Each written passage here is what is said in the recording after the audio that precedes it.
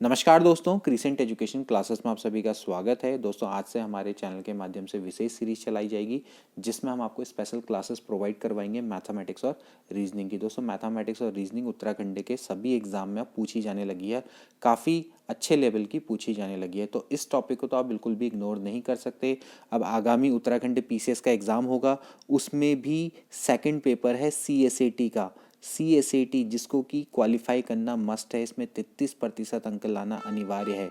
ठीक है, इसमें आपके 100 प्रश्न आएंगे, 1.5 मार्क्स का हर क्वेश्चन होगा, यानी कि 150 नंबर का पेपर होगा। इसका 33% निकाले तो 50 नंबर लाना अनिवार्य है। अगर आप नहीं लाते हैं तो आप डिस्क्वालीफाई हो जाओगे, आपकी जो फर्स्ट पेपर की कॉपी है वो चेक नहीं होगी, यानी कि आपको मेरिट में कंसिडर ही नहीं किया जाएगा। तो आप CSAT को तो बिल्कुल भी इग्नोर नहीं कर सकते। ठीक है, इसमें जो 100 प्रश्न है इसमें से 80 प्रश्न तो मैथ्स और रीजनिंग के होंगे, बाकी 20 प्रश्न लैंग्वेज के होंगे, यानी कि हिंदी और इंग्लिश के। ठीक है, तो 80 प्रश्न तो दोस्तों आपको करने ही पड़ेंगे मैथमेटिक्स और रीजनिंग, यानी कि इस टॉपिक को आप बिल्कुल भी इग्नोर नहीं कर सकते। आगामी लोअर पीसीएस का मेंस का एग्जाम है, वहाँ पर भी दोस्तों आपकी जो एप्टीट्यूड टेस्ट है उससे रिलेटेड प्रश्न भी आएंगे। ठीक है, इसके अलावा जो आगामी एग्ज़ाम है, चाहे पटवारी हो चाहे RO हो, हर एग्ज़ाम में मैथमेटिक्स और रीजनिंग के प्रश्न आएंगे। तो आप इस टॉपिक को बिल्कुल भी इग्नोर ना करें, इसको ज़रूर पढ़ें और ज़रूर अपने दोस्तों के बीच में इस वीडियो को शेयर करें, ज़्यादा से ज़्यादा इस सीरीज़ को सपोर्ट करें। तो चलिए वीडियो को शुरू करते हैं। आज हम दोस्तों बेसिक से शुरू करेंगे। आज हम पढ़ेंगे नंबर सिस्टम के बारे में, फिर उसके बाद हम डिविजिबिलिटी रूल पढ़ेंगे, यानी कि विभक्ति के क्या नियम हैं, सम संख्याएं क्या होती हैं, विषम संख्याएं क्या होती हैं उनके बारे में पढ़ेंगे, अभाज्य संख्याएं, सह अभाज्य संख्याओं के बारे में पढ़ेंगे। जल्दी से इस वीडियो को ख़त्म करेंगे। तो आज बेसिक है, आज आपको कई चीज़ें इस वीडियो के माध्यम से पता लगेंगी। तो चलिए वीडियो को शुरू करते हैं।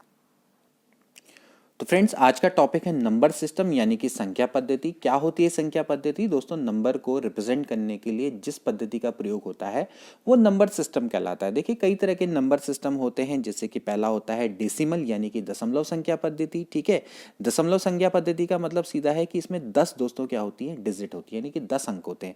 ऐसे ही होती है बाइनरी। बाइनरी में आपके क्या होती हैं, 2 डिजिट होती हैं, यानी कि केवल 0 और 1। ठीक है, ऐसे ही फिर इसके अलावा होती है ऑक्टल, जिसमें कि 8 डिजिट होती हैं, और ऐसी होती है हेक्साडेसिमल, जिसमें क्या होती है 16 डिजिट का प्रयोग किया जाता है। अभी आगे आने वाली जो वीडियोस हैं उसमें हम आपको कन्वर्जन सिखाएंगे, बाइनरी से डेसिमल में कैसे कन्वर्ट करते हैं, हेक्साडेसिमल से बाइनरी या फिर डेसिमल में कैसे कन्वर्ट करते हैं। अभी हमारा टॉपिक ये नहीं है, अभी हमारा टॉपिक है केवल नंबर सिस्टम, और अभी हम पढ़ेंगे डेसिमल नंबर सिस्टम के बारे में। तो देखिए दोस्तों, जब हम बात करते हैं डेसिमल नंबर सिस्टम की, यानी कि दशमलव संख्या पद्धति, तो दोस्तों इसमें क्या होता है कि 10 अंकों का प्रयोग किया जाता है, यानी कि 10 डिजिट का प्रयोग किया जाता है, यानी कि 0 1 2 3 4 5 6 7 8 9। ठीक है, ये दोस्तों हमारे हैं अंक। ठीक है, यानी कि डिजिट, और इन अंकों के संयोग से ही क्या बनते हैं, नंबर बनते हैं। जैसे कि 13 है, 13 आपका क्या है दोस्तों, एक संख्या है। संख्या में 2 डिजिट का प्रयोग हुआ है, 1 और 3। ठीक है, इसी तरह से 56 है, 56 आपका क्या है, एक नंबर है, यानी कि एक संख्या है। इसमें 5 और 6 डिजिट का प्रयोग हुआ है। तो इन डिजिट को मिला के दोस्तों क्या बनती हैं, संख्याएं बनती हैं, यानी कि नंबर बनते हैं। अब इसमें सबसे इंपॉर्टेंट है क्या, वो है दोस्तों आंकीय मान, यानी कि जातीय मान, यानी कि इसको हम बोलते हैं लोकल वैल्यू, और इसके अलावा प्लेस वैल्यू। ठीक है, तो देखिए सबसे पहले हम बात करेंगे लोकल वैल्यू की। ठीक है, लोकल वैल्यू, जल्दी से मैं इसको खत्म करूंगा इस टॉपिक को, लेकिन आपको बहुत अच्छे से समझ में भी आएगा। ठीक है, देखिए कोई अगर आपको संख्या दी हुई है, उसमें किसी अंक का आपको लोकल वैल्यू निकालना आ सकता है। ठीक है, मान लेते हैं कोई संख्या है भाई 623। 623 में आपसे कोई कहता है कि 3 की लोकल वैल्यू निकालो, यानी कि इसका जातीय मान निकालो। तो दोस्तों जो इसकी वैल्यू है, यानी कि जो इसका मान है, जो इसका अंकीय मान है, वही इसका क्या होता है, जातीय मान भी होता है। तो 3 का मान क्या है, 3 है, तो 3 ही इसका क्या है, जातीय मान है। ऐसी 2 का जातीय मान क्या होगा, 2 होगा। 6 का जातीय मान क्या होगा, 6, यानी कि 6 की लोकल वैल्यू 6 है, 2 की 2, 3 की 3। ऐसी बताओ 123, 1 2 3 4, इसमें 2 का लोकल वैल्यू क्या होगी, 2, 3 की 3, 4 की 4, 1 की 1। बहुत सिंपल है, कोई भी दिक्कत नहीं होगी इसमें। ठीक है, तो लोकल वैल्यू आपको निकालनी समझ में आ गई होगी। अब बात करते हैं दोस्तों प्लेस वैल्यू की। ठीक है, प्लेस वैल्यू, प्लेस वैल्यू का मतलब क्या है, स्थानीय मान। ठीक है, क्या बोलेंगे, स्थानीय मान। तो स्थानीय मान को जरा चेक कर लेते हैं। देखिए स्थानीय मान को कैसे निकाला जाता है, जैसे मान लेते हैं मुझे 1847 का स्थानीय मान निकालना है। ठीक है, तो अब मुझे क्या करना है, 1847 में 8 का स्थानीय मान निकालना है। तो 8 के स्थानीय मान के लिए मैं क्या करूंगा, 8 के जो लोकल वैल्यू उसको लिख दूंगा और उसके बाद आगे क्या लगा दूंगा, 2 जीरो लगा दूंगा। ठीक है, इसके अलावा जैसे अगर मुझे 4 का निकालना है तो 4 जीरो, ठीक है, 7 का निकालना है तो 7 होगा, 1 का निकालना है तो क्या हो जाएगा भाई 1000। मतलब कि आपको क्या करना है, 1 का पहले तो आपने क्या लिख देना, उसका जातीय मान लिख देना, उसके आगे जितनी जीरो है उतने लगा दो। ठीक है, ऐसे ही देखो, चलो फिर से एक एग्जांपल देखते हैं, 3284, इसमें 2 का निकालना है तो 2 का क्या हो जाएगा भाई 200, 8 का निकालना है तो 80, 4 का निकालना है तो 4, 3 का निकालोगे तो 3000।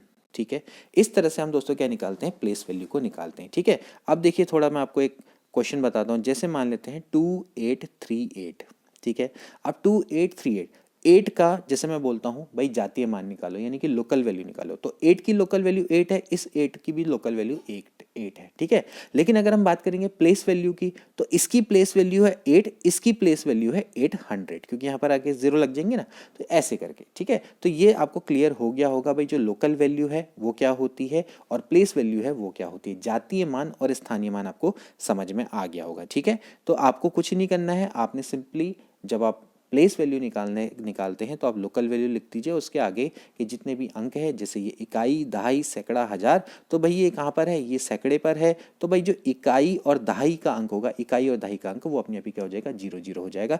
इस तरह से आप इसको समझ सकते हैं। अब दोस्तों एक क्वेश्चन कर लेते हैं, उससे आपको बहुत इजीली से समझ में आ जाएगा।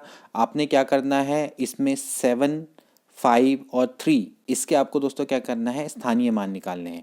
तो सबसे पहले बताइए 7 का स्थानीय मान क्या हो जाएगा, आप इसको 7 लिख देंगे, इसके आगे इकाई, दहाई, सैकड़ा, इस पर क्या लग जाएंगे, 0 लग जाएंगे, यानी कि 7000 इसका स्थानीय मान है। अब आप 5 का बताइए, 5 का क्या हो जाएगा, 5 का क्या हो जाएगा, 1 2 3 4 5, 1 2 3 4 5। ठीक है, यानी कि कितना हो गया भाई, 1 2 3 4 5, तो 1 2 इकाई, दहाई, सैकड़ा, हजार, 10,000, लाख। ठीक है, तो भाई आपका कितना बढ़ गया, 5 लाख। ठीक, इसी तरह से आप इसका भी निकाल सकते हो, 3 का, तो आप आगे क्या हो जाएगा भाई, इतने ही जीरो लग जाएंगे, 1 2 3 4 5 6 7, इकाई, दहाई, सैकड़ा, हजार, 10,000, लाख, 10 लाख, करोड़, यानी कि 3 करोड़ है। ठीक, अब आपको अगर ये बोला जाता है कि भाई इनके लोकल वैल्यू निकालो, यानी कि इनके जातीय मान निकालो, तो जातीय मान क्या होते हैं, वही होते, 7 का 7, 5 का 5, 3 का 3, 2 का 2, 7 का 7, 8 का 8, 0 का 0, 9 का 9।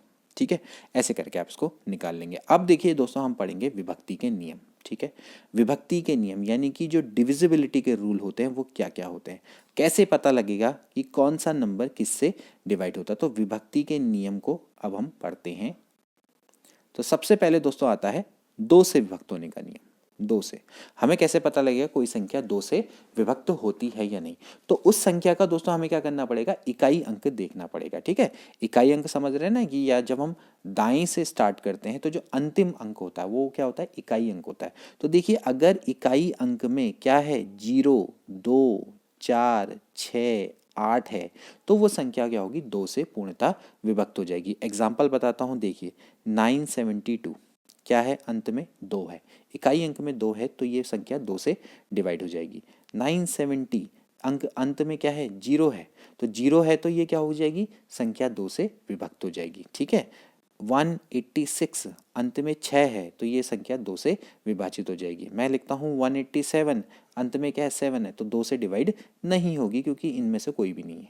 ठीक है, तो भाई यहाँ पर 7 है तो ये 2 से डिवाइड नहीं होगी। ठीक है, अगला समझ में आ गया होगा। अगला रूल देखते हैं। अगला रूल आता है 3 से विभक्त होने का।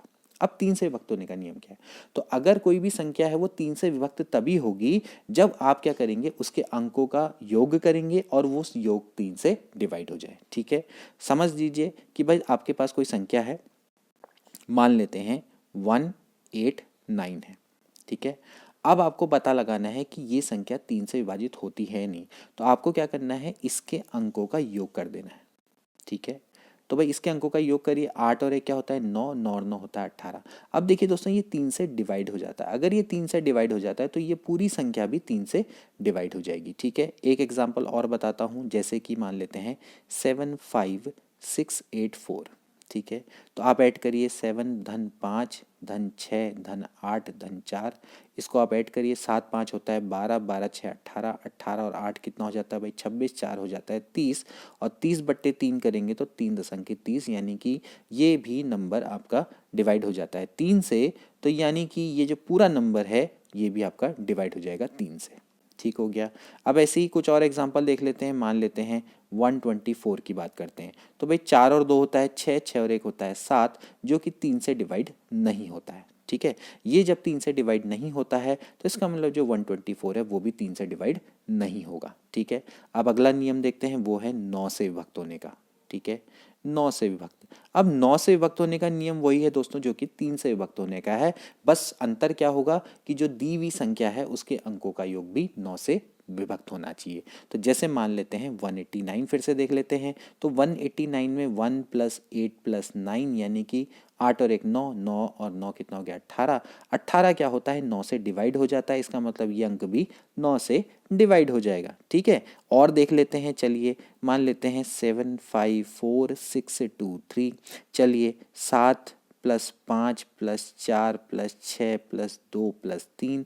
तो देखिए 7 5 होता है 12, 12 4 होता है 16, 16 और 6 होता है 22, 22 2 होता है 24, 24 3 होता है 27, 27 को अगर आप 9 से डिवाइड करेंगे तो 3 बार जाता है। इसका मतलब ये है कि ये पूरा डिवाइड हो जाता है 9 से, तो ये पूरा अंक भी डिवाइड हो जाएगा 9 से। ठीक है, तो डिविजिबिलिटी रूल आई होप कि आपको समझ में आ रहा होगा। अब चेक कर लेते हैं 181 क्या 9 से डिवाइड होता है, 8 और 1 होता है 9, 9 और 1 होता है 10, 10 जो कि होता है 9 से डिवाइड नहीं होता है, तो मतलब 181 भी 9 से डिवाइड नहीं होगा। ठीक है, अगला देखते हैं 5 से विभक्त होने के नियम। अब हमें समझ में आ गया। तो 5 से विभक्त होने के नियम क्या है कि दोस्तों जो आपकी जो दी हुई संख्या है उसके इकाई अंक में अगर 0 है या फिर 5 है तो वो संख्या 5 से डिवाइड हो जाती है। जैसे कि भाई 650, इसके अंत में क्या है 0 है, तो ये 5 से डिवाइड हो जाएगी। ठीक है, 9625 अंत में क्या है 5 है, तो ये 5 से डिवाइड हो जाएगी। 962 9 या 662 या 962 जो भी लिखो, अंत में 2 है, तो ये क्या होगा सिर्फ 2 से डिवाइड होगा, 5 से डिवाइड नहीं होगा। 961 है, 961 क्या होगा 5 से डिवाइड नहीं होगा। ठीक है, इस तरह से आपको क्लियर हो जाना चाहिए। ठीक है, अब अगला देखते हैं। अगला नियम बड़ा अच्छा नियम है, वो है 4 से विभक्त होने का। ठीक है, 4 से। अब देखते हैं 4 से विभक्त होने का क्या नियम है। 4 से विभक्त होने का नियम दोस्तों सिंपल सा है कि कोई भी संख्या अगर आपको दी हुई है तो आप उसके इकाई और दहाई अंकों को देखेंगे और उन दोनों अंकों से जो संख्या बनेगी उसको आप 4 से विभक्त करेंगे। अगर वो 4 से विभक्त होती है तो मतलब पूरी संख्या भी 4 से विभक्त हो जाएगी। ठीक है, जैसे कि बहुत सिंपल है, मैं आपको बताता हूँ। मैं लिखता हूँ 184। ठीक है, 184 क्या 4 से विभक्त होगा, तो आपको इकाई और दहाई को देखना है। इकाई और दहाई क्या है 84, इन दोनों से जो मिलकर संख्या बनती है 84। अब इसको 4 से डिवाइड करेंगे, 4 दूनी 8 होता है, 4 एकम 4 होता है, तो यानी कि 84 अगर 4 से डिवाइड है तो पूरी संख्या भी 4 से डिवाइड हो जाएगी। अब कोई बड़ी संख्या बताते हैं, उससे आपको ज़्यादा अच्छे से समझ में आएगा। 978132। ठीक है, अब आप इसका इकाई देखिए, दाही देखिए, तो ये इससे की मिलकर क्या बनता है 32 बनता है। ठीक है, 32 क्या होता है 4 से डिवाइड होता है, 4 अट्ठे होता है 32, तो ये पूरी संख्या क्या होगी 4 से डिवाइड हो जाएगी। इसके अलावा देखो दोस्तों एक रूल और है कि अंत में अगर 2 जीरो हो तो भी वो संख्या 4 से डिवाइड हो जाती है। ठीक है, क्लियर हो गया, क्योंकि आप अगर इसको ऐड भी करेंगे 0 + 0 क्या आएगा 0 आएगा। 0 क्या होता है 4 से डिवाइड हो जाता है। तो सिंपली सी बात है कि आप इस रूल को जनरल कह सकते हैं कि भाई अंत, इकाई और दहाई इन दोनों का सम क्या होता है 4 से अगर डिवाइड हो तो वो संख्या क्या होती है 4 से डिवाइड हो जाती है। तो अंत में अगर 2 जीरो भी हैं तो भी संख्या क्या होगी 4 से डिवाइड हो जाएगी। तो ये चीज़ आपको आई होप कि क्लियर हो गई होगी कि अंत में 2 जीरो हो जाए तो भी 4 से डिवाइड होगा, और अंत के इकाई और दहाई से मिलकर जो संख्या बनेगी वो भी 4 से डिवाइड होती है, तो भी वो पूरी संख्या 4 से डिवाइड हो जाएगी। अगला देखते हैं 8 से विभक्त होने के। अब 8 से विभक्त होने के रूल भी क्या है दोस्तों 4 की तरह, जैसे 3 और 9 का था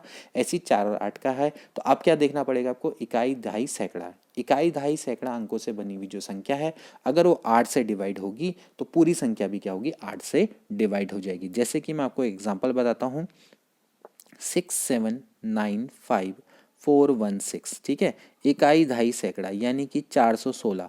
अब मैं चेक करूंगा 416 क्या 8 से डिवाइड होता है, चेक करके देखते हैं। 8 पंजे होता है 40, एक होता है, फिर 8 दूनी हो जाता है 16।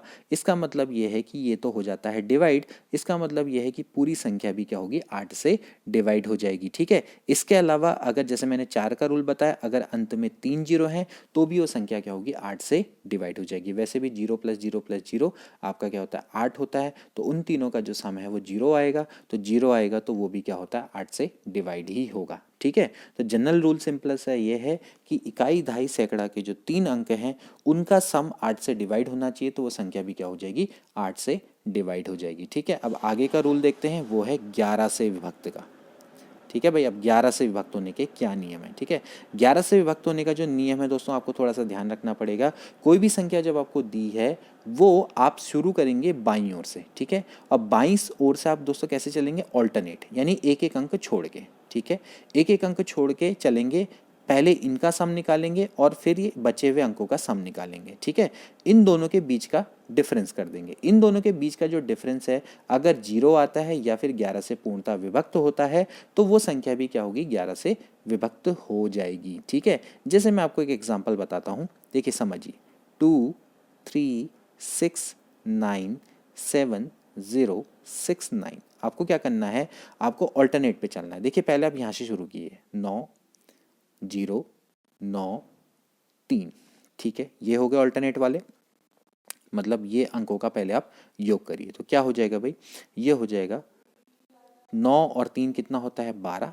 12 6 होता है, सॉरी सॉरी सॉरी सॉरी ये हो गया 9 और 3 हो गया 12। 12 + 0 और फिर उसके बाद हो गया 12 और 9। ठीक है, 12 और 9 आपका कितना हो जाएगा दोस्तों, 21 हो जाएगा। ठीक है, यानी कि आपको ऑल्टरनेट का सम करना है। ठीक है, इनको प्लस करते हुए चले जाना। अब दोस्तों इनको प्लस करिए, 7 6, ठीक है, कितना होता है 13। 13 और 6 कितना होता है 19। 19 और 2 कितना आ गया, 21 आ गया। ठीक है, तो इनका सम भी कितना आ गया, 21। अब इन दोनों का डिफरेंस निकालेंगे तो कितना आएगा, 0 आएगा, जो कि 11 से विभाजित होता है। तो इसका मतलब जो पूरी संख्या है वो भी क्या हो जाएगी, 11 से विभक्त हो जाएगी। समझिए इसको। ठीक है, अब फिर से मैं आपको एक एग्जांपल बताता हूँ, उससे आपको समझ में आ जाएगा। 9 3 8 2 4 5। ठीक है, अब आप चलिए, ये वाला अंक हो गया, ये वाला अंक हो गया, ये वाला हो गया, ऑल्टरनेट पर है ना, एक एक अंक छोड़ के। तो पहले आप इनका सम करिए। 3 2 होता है 5, 5 और 5 कितना हो जाता है 10। 10 हो गया। अब आप इनको ऐड करिए, 8 और 4 होता है 12। अब 12 और 9 आपका कितना होता है 21। ठीक है, 21 और 10 का डिफरेंस निकालिए। 21 में से 10 जाएगा तो कितना बचेगा दोस्तों, वो बचेगा 11, जो कि 11 से डिवाइड हो जाता है। ठीक है, तो इसका मतलब यह है कि पूरा अंक क्या होगा, 11 से विभक्त हो जाएगा। ठीक है, तो आई होप कि आपको ये समझ में आ गया होगा रूल 11 से डिवाइड करने का। अब दोस्तों अगला नियम है 7 से विभक्त होने का। 7 से कैसे पता चलेगा कि कोई संख्या 7 से विभक्त होती है नहीं, बहुत अच्छा है ये। देखिए आपको कुछ नहीं करना है, आपको दोस्तों पहले क्या करना है, इकाई अंक को छोड़ देना है। ठीक है, इकाई अंक को छोड़कर जो आपकी बाकी बची हुई संख्या है, ठीक है, उसमें से आपको इकाई अंक का दुगना घटा देना है। और जो बची हुई संख्या है अगर वो 7 से विभाजित होती है तो जो संख्या है वो भी 7 से विभक्त हो जाएगी। जैसे मैं आपको एक एग्जांपल बताता हूँ, 882। ठीक है, तो आपको सबसे पहले क्या करना है दोस्तों, आपको इकाई अंक को छोड़ देना है। इकाई अंक को छोड़िए तो क्या बचेगा, 88। ठीक है, अब जो बची हुई संख्या है दोस्तों, आपको क्या करना है, इस इकाई अंक का दुगना इसमें से माइनस कर देना है। यानी कि कितना हो जाएगा भाई, 2 × 2 यानी कि कितना हो गया 4। अब 88 में से अगर आप 4 माइनस करेंगे तो दोस्तों आपका क्या बचेगा, 84। 84 क्या होता है, 7 से डिवाइड हो जाता है। तो अगर 84 7 से डिवाइड हो जाता है तो भाई 882 भी 7 से डिवाइड हो जाएगा। ठीक है, आई होप कि ये रूल आपको समझ में आ गया होगा। आपको पहले इकाई अंक छोड़ देना है, उसके बाद जो आपका जो बाकी बचा हुआ अंक है उसमें से इकाई अंक का दुगना माइनस कर देना है। और अगर जो आता है नंबर वो अगर 7 से डिवाइड होता है तो वो संख्या भी क्या होगी, 7 से डिवाइड हो जाएगी। ठीक है, जैसे फॉर एग्जांपल मैं एक और देखता हूँ, जैसे 663 है, मुझे चेक करना है 7 से डिवाइड होगी नहीं, तो मैं क्या करूँगा, पहले इकाई का अंक है इसको छोड़ दूंगा और जो बाकी बचा है 66, इसमें से मैं क्या करूँगा, 3 का दुगना यानी कि 6 इसको माइनस कर दूंगा तो आता है 60। अब जो 60 है दोस्तों ये 7 से डिवाइड नहीं होता है, तो ये संख्या भी 7 से डिवाइड नहीं होगी। आई होप कि आपको ये रूल समझ में आ गया होगा, अब आप बहुत ईजिली इसको समझ जाएंगे। ठीक है, आई होप कि आपको क्लियर हो गया होगा। ठीक, अब दोस्तों आगे बढ़ते हैं। तो ये तो हो गए दोस्तों हमारे जितने भी डिविजिबिलिटी के रूल थे, वो आई होप कि आपको क्लियर होंगे। अब हम दोस्तों पढ़ेंगे सह अभाज्य संख्याओं के बारे में। सह अभाज्य, ठीक है, सह अभाज्य यानी कि इसको इंग्लिश में बोलते हैं को प्राइम नंबर। को प्राइम नंबर, ठीक है। सह अभाज्य संख्याएं दोस्तों वो होती हैं जिनका महत्तम समापवर्ती एक होता है, यानी कि उनमें एक कॉमन आता है। मान लेते हैं दो संख्या है ए और बी, ठीक है। अब इन दोनों का जो महत्तम समापवर्ती है दोस्तों, अगर वो एक आता है यानी कि इनका एचसीएफ अगर 1 आता है तो वो सह अभाज्य संख्या आती है, ठीक है। जैसे कि मैं आपको एग्जांपल बताता हूँ, 2,3, ठीक है। 2,3 को आप किससे डिवाइड कर सकते हैं? कोई एक ऐसी छोटी से छोटी संख्या बताइए जो कि जो बड़ी से बड़ी संख्या बताइए जो कि इन दोनों को डिवाइड कर दे। उसी को तो बोलते हैं ना एचसीएफ, महत्तम समापवर्ती। महत्तम समापवर्ती क्या होता है कि दो संख्याओं का महत्तम समापवर्ती वो होता है कि जो दोस्तों जो बड़ी से बड़ी संख्या होती है जो दोनों को डिवाइड कर दे। तो इन दोनों को डिवाइड करने वाली संख्या कौन सी दोस्तों? एक है, ठीक है। इसके अलावा 3 और 5, 3 और 5 का महत्तम समापवर्ती भी कितना है? एक है, ये को प्राइम है। 6 और 7 ये भी आपका क्या है? को प्राइम, ठीक है। अब दोस्तों मैं एक एग्जांपल बताता हूँ, 2, 4, बताइए क्या ये को प्राइम है? नहीं, क्योंकि इनका जो महत्तम समापवर्ती है वो कितना आएगा दोस्तों? 2 आएगा, क्योंकि 2 एक ऐसी संख्या है जो कि दोनों को डिवाइड कर सकती है। तो इसका महत्तम समापवर्ती 1 नहीं है, तो यानी कि ये को प्राइम नहीं है, ठीक है। समझ में आई है इस चीज को, ठीक है। अब देखते हैं, जैसे मैं और कोई एग्जाम्पल बताता हूँ, 9 और 12, 9 और 12 क्या ये को प्राइम है? नहीं है, क्योंकि इनका जो दोस्तों महत्तम समापवर्ती है वो आपका कितना है? 3 है, क्योंकि 3 एक ऐसी संख्या है जो दोनों को डिवाइड कर देगी। इनका महत्तम समापवर्ती 1 नहीं है, तो यानी कि ये को प्राइम नहीं है, ठीक हो गया। तो आई होप कि आपको समझ में आ गया होगा, ठीक है। अब दोस्तों एक चीज और जो कि बहुत अच्छा रूल है, अब आपको ये चीज आपको आई होप कि क्लियर हो गई होगी, ठीक है। देखिए दोस्तों, जैसे कि अगर कोई संख्या है, ठीक है, मैं आपको एक विशेष नियम मैं आपको बता रहा हूँ। जैसे मान लेते हैं कि दो सह अभाज्य संख्या है, को प्राइम नंबर है, ठीक है, एक ए है और एक बी है, ठीक है। ठीक, अगर कोई संख्या अगर ए से डिवाइड होती है और बी से भी डिवाइड होती है तो वो उनके गुणनफल से भी डिवाइड हो जाएगी, ठीक है। लेकिन ध्यान रहे ये दोनों की दोनों क्या होने चाहिए? को प्राइम होने चाहिए। ये दोनों के दोनों क्या होने चाहिए? को प्राइम होने चाहिए। तो अगर कोई संख्या है वो ए से भी डिवाइड होती है और बी से भी डिवाइड होती है तो वो संख्या क्या होगी? उन दोनों के गुणनफल से भी डिवाइड हो जाएगी, ठीक है। लेकिन इसके लिए क्या होना चाहिए? इन दोनों को को प्राइम। मैंने आपको एक नियम बताया, अब मैं इस नियम का आपको प्रूफ बताता हूँ। देखिए कैसे। जैसे मान लेता हूँ मैं एक नंबर लेता हूँ 19752, ठीक है। अब बताइए, देखिए सबसे पहले इसके अंत में क्या है? 2 है, तो ये 2 से डिवाइड होगी। अभी मैंने आपको रूल बताया, ठीक है।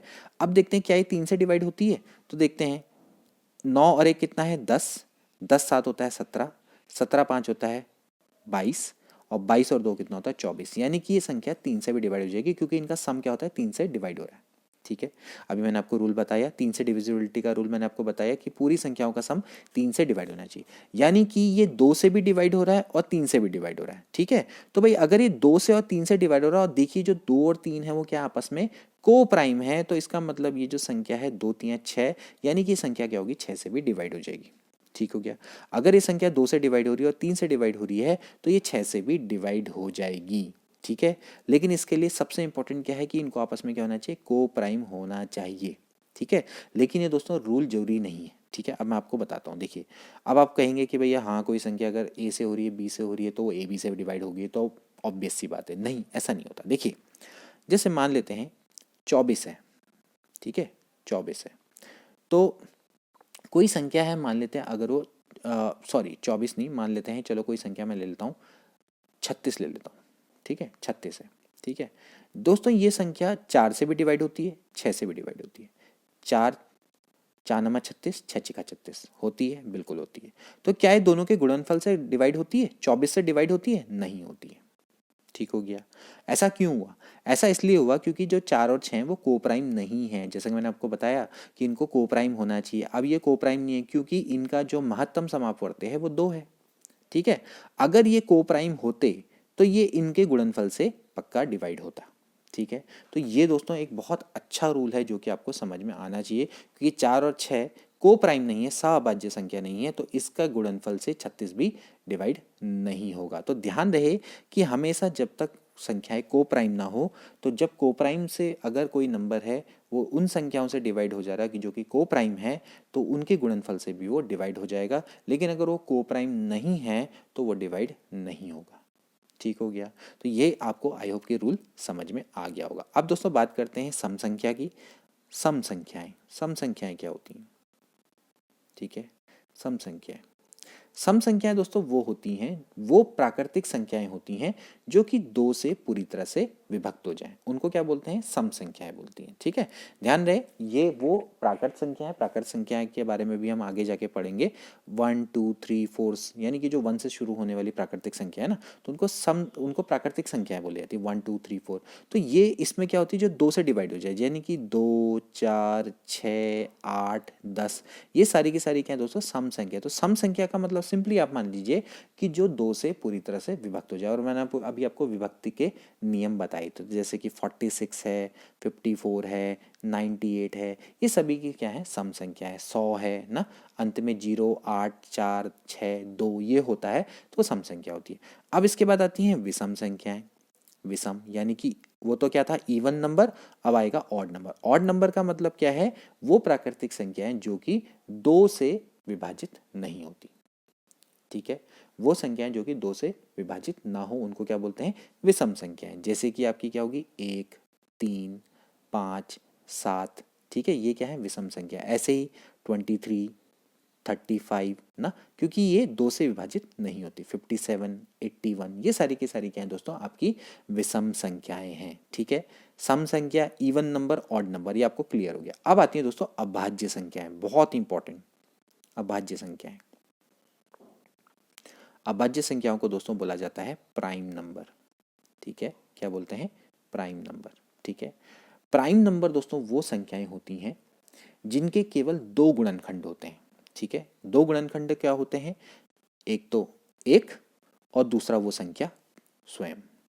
ठीक है, तो वो संख्या क्या कहलाती है? अभाज्य संख्या कहलाती है। ठीक है, तो ऐसी प्राकृतिक संख्याएं जिनके केवल दो गुणनखंड होते हैं। दो गुणनखंड क्या मतलब है? कि या तो एक या फिर वो संख्या स्वयं। ठीक है, तो सबसे पहले जो अभाज्य संख्या होती है वो होती है 2।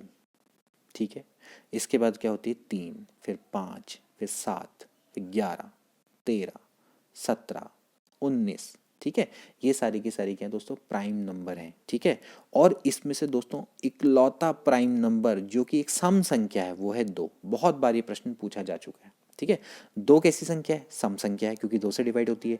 लेकिन साथ ही साथ ये क्या है दोस्तों? एक अभाज्य संख्या भी है, क्योंकि इसका जो गुणनखंड है केवल या तो 1 होता है या फिर 2 होता है। इसका गुणनखंड 1 है और 3 है, इसका गुणनखंड 1 और 5 है, इसका गुणनखंड 1 और 7 है। ठीक है, मतलब कि जिनके गुणनखंड या तो 1 होते हैं या तो वो संख्या खुद होती है, तो उसको दोस्तों क्या बोला जाता है?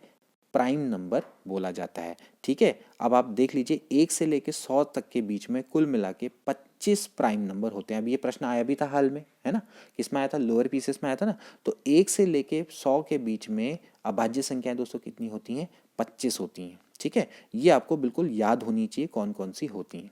ठीक है, तो ये आपको आई होप कि क्लियर हो गया होगा कि भाई जो अभाज्य संख्याएं होती है वो कौन सी होती हैं। ठीक है, अब आप बताइए 81 क्या अभाज्य है? नहीं है। क्यों नहीं है?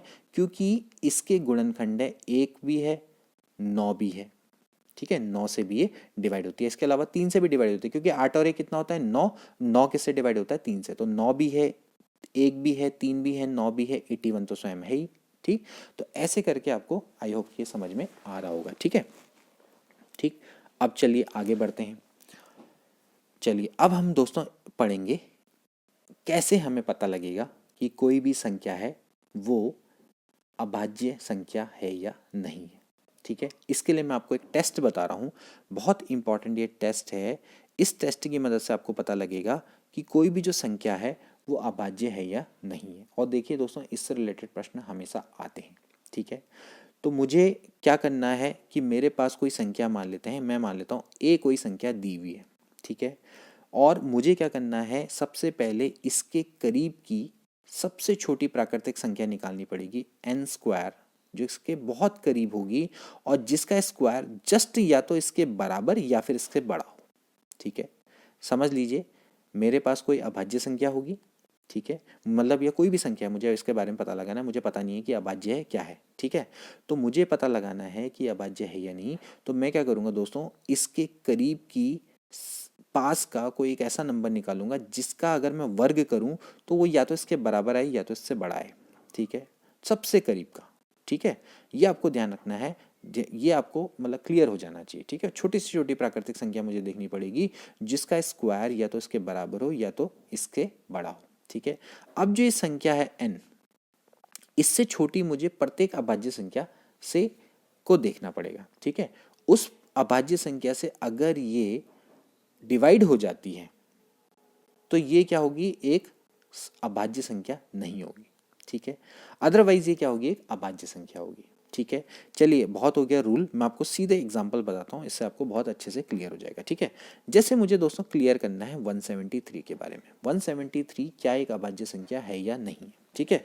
अब मुझे दोस्तों एक ऐसी संख्या ढूंढनी पड़ेगी जिसका स्क्वायर जस्ट इसके बराबर हो या फिर उससे जस्ट बड़ा हो, सबसे करीब का, ठीक है। तो देखिए अगर आप देखें तो जो 14 का स्क्वायर होता है, 14 का स्क्वायर होता है वो जस्ट इससे बड़ा होता है। 14 का स्क्वायर कितना होता है दोस्तों, वो होता है 196, ठीक है, ठीक है। अगर मैं लूँगा 14 का स्क्वायर लूँगा, उससे पीछे का स्क्वायर लूँगा, 13 का स्क्वायर लूँगा तो वो कितना होगा 169, है ना।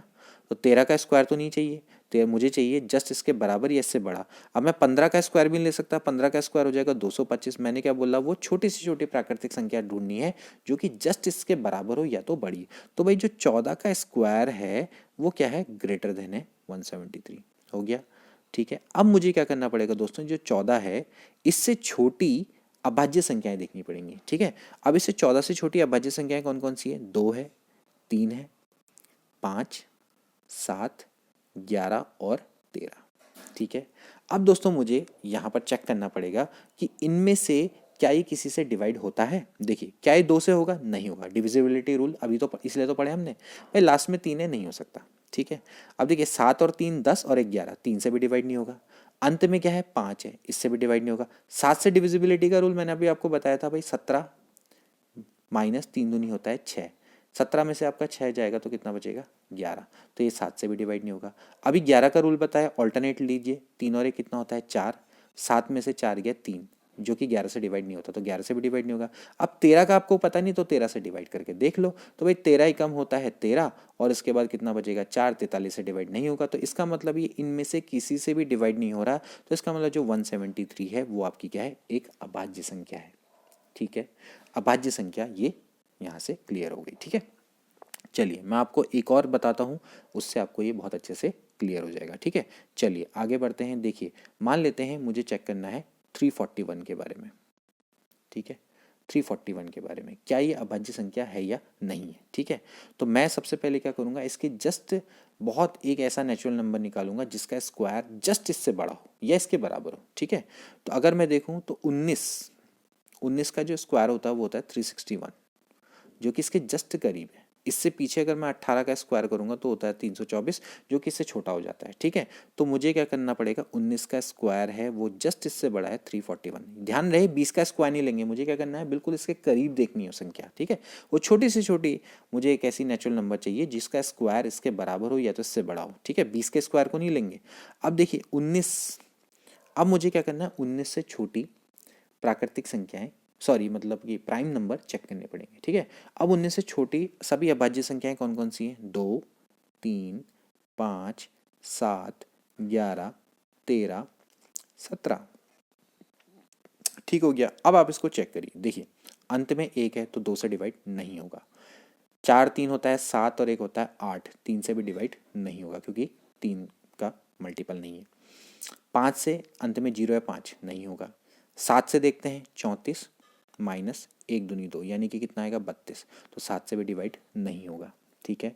अब देखते हैं 11 से, ऑल्टरनेट में चेक करिए, 3 और 1 होता है 4, और 4 माइनस 4 यानी कि क्या आ गया, 0 आ गया, तो यानी कि ये 11 से डिवाइड हो जाएगी। अगर ये 11 से डिवाइड हो जाएगी तो इसका मतलब क्या है, ये आपकी एक अभाज्य संख्या नहीं है। यहाँ पर से हो गया ना, 11 से डिवाइड हो गई है, इसका मतलब ये अभाज्य संख्या नहीं है, ये आपकी एक कंपोजिट नंबर है। जो नंबर अभाज्य नहीं होते हैं उनको कंपोजिट बोला है, जो प्राइम नंबर नहीं होते वो क्या होते हैं, कंपोजिट नंबर होते हैं, ठीक है। आपको मैं एक चीज़ और बताऊं कि जो 1 है वो ना ही कंपोजिट होता है ना ही प्राइम नंबर होता है। 1 एक ऐसा नंबर रहता है जो कि कंपोजिट भी नहीं होता और प्राइम नंबर भी नहीं होता, ठीक है। जैसे कि 4 क्या है, कंपोजिट नंबर है, ठीक है। जैसे अगर 2 है तो 2 आपका क्या है, प्राइम नंबर है। 3 भी आपका प्राइम नंबर है। 4 आपका कंपोजिट नंबर है। 6 भी आपका क्या है, कंपोजिट नंबर है, क्योंकि जो 4 के गुणनखंड है वो कौन कौन है, 1 है, 2 है, 4 है, ठीक है। मतलब 1 और 4 के अलावा भी अन्य गुणनखंड है, ठीक हो गया। तो ऐसे करके दोस्तों हम इसको निकालते हैं। अब इसके अलावा एक मैं आपको एक और बता देता हूँ ताकि आपको क्लियर हो जाए, और ये आपका लास्ट क्वेश्चन रहेगा, ठीक है। अब आप इससे रिलेटेड प्रश्न और करेंगे। कल मैं आपको दोस्तों डिविजिबिलिटी रूल बताऊंगा, ठीक है। जो डिविजिबिलिटी के जो हम भागफल के जो नियम होते हैं ना, यानी कि जो संख्याओं में जो भाग संक्रियाएं होती है, जो डिवीजन ऑफ नंबर होता है, वो वाला रूल बताऊंगा। फिर कुछ और एग्जाम्पल भी बताऊंगा, ठीक है। तो आज पहले देख लेते हैं कि भाई 811 है वो एक अभाज्य संख्या है या नहीं। तो देखिए, सबसे पहले आप चाहें तो क्या कर सकते हैं, इसका स्क्वायर रूट निकाल के भी देख सकते हैं। स्क्वायर रूट से भी आपको अंदाजा आता है, ठीक है। अब अगर आप 30 का स्क्वायर करेंगे तो 30 का स्क्वायर कितना होता है, 900, जो कि जस्ट इससे बड़ा है। तो जस्ट इससे पीछे रहा होगा 29 का स्क्वायर, ठीक है। 29 का स्क्वायर करेंगे तो 29 का स्क्वायर अगर आप करके देखें तो वो इससे बड़ा आएगा, ठीक है। 9 नमा होता है 81, 9 दूनी होता है 18, 261 और फिर हो जाएगा 29। तो 1 9 और 6 हो गया 15, 1 2 2 4 और 1 2 और 2 4, एक सेकेंड है, सॉरी मैंने यहाँ पर क्या कर दिया, गलत कर दिया। 9 दूनी हो गया 18, 1 2 दूनी 4 और 1 5। तो देख लीजिए यहाँ पर 1 8 6 हो गया 1 8 6 हो गया 14 और 5 6 7 और 1 8। तो देखिए जस्ट ऊपर आ रहा 841, यानी कि 29 का स्क्वायर इज ग्रेटर देन 811। अब मुझे क्या करना पड़ेगा, 29 से छोटी मुझे प्राइम नंबर चेक करने पड़ेंगे, ठीक है। 19 से छोटे प्राइम नंबर क्या क्या है, देखिए 2 3 5 7 11 13 17, ठीक है, 19 और 23 ये है। अब मुझे एक एक करके क्या करना पड़ेगा, इनको डिवाइड करना पड़ेगा। देखिए लास्ट में 1 है, 2 से नहीं होगा डिवाइड। 8 और 1 9 और 1 10, 3 से भी डिवाइड नहीं होगा, 5 से भी डिवाइड नहीं होगा। 81 माइनस क्या करना है, 1 का दुगना कर देना है, यानी 2, ठीक है। तो 81 में से 2 गया तो आपका कितना बचेगा भाई, 79। 7 से डिवाइड नहीं होगा। ऑल्टरनेट पे चेक करिए, 8 और 1 कितना होता है, 9, 9 में से 1 गया 8, यानी कि इससे भी डिवाइड नहीं होगा। अब 13 17 19 और 23 से इनको डिवाइड करके देख लीजिए, ठीक है। तो भी ये डिवाइड नहीं होगा। तो यानी कि सीधी सीधी बात है कि यानी कि ये एक अभाज्य संख्या है। इस तरह से दोस्तों आप इसको कर सकते हैं, ठीक है। आई होप कि दोस्तों ये टॉपिक आपको समझ में आज आया होगा, डिविजिबिलिटी रूल आपको समझ में आएंगे। कल हम दोस्तों पढ़ेंगे डिवीजन ऑफ नंबर्स, और इसके अलावा कुछ इंपॉर्टेंट सूत्र फॉर्मूले, और इसके अलावा अगर कोशिश रहेगी तो एपी और जीपी भी आपको पढ़ाने की कोशिश करेंगे। लेकिन कुछ जो फॉर्मूला है और जो डिवीजन ऑफ नंबर है वो आपको करवाएंगे, और फिर उससे रिलेटेड क्वेश्चन भी करवाएंगे। आई होप कि आज का टॉपिक आपको समझ में आया होगा। इस वीडियो को ज़्यादा से ज़्यादा शेयर करें। मिलते हैं अगली वीडियो में। Till then take care and good bye.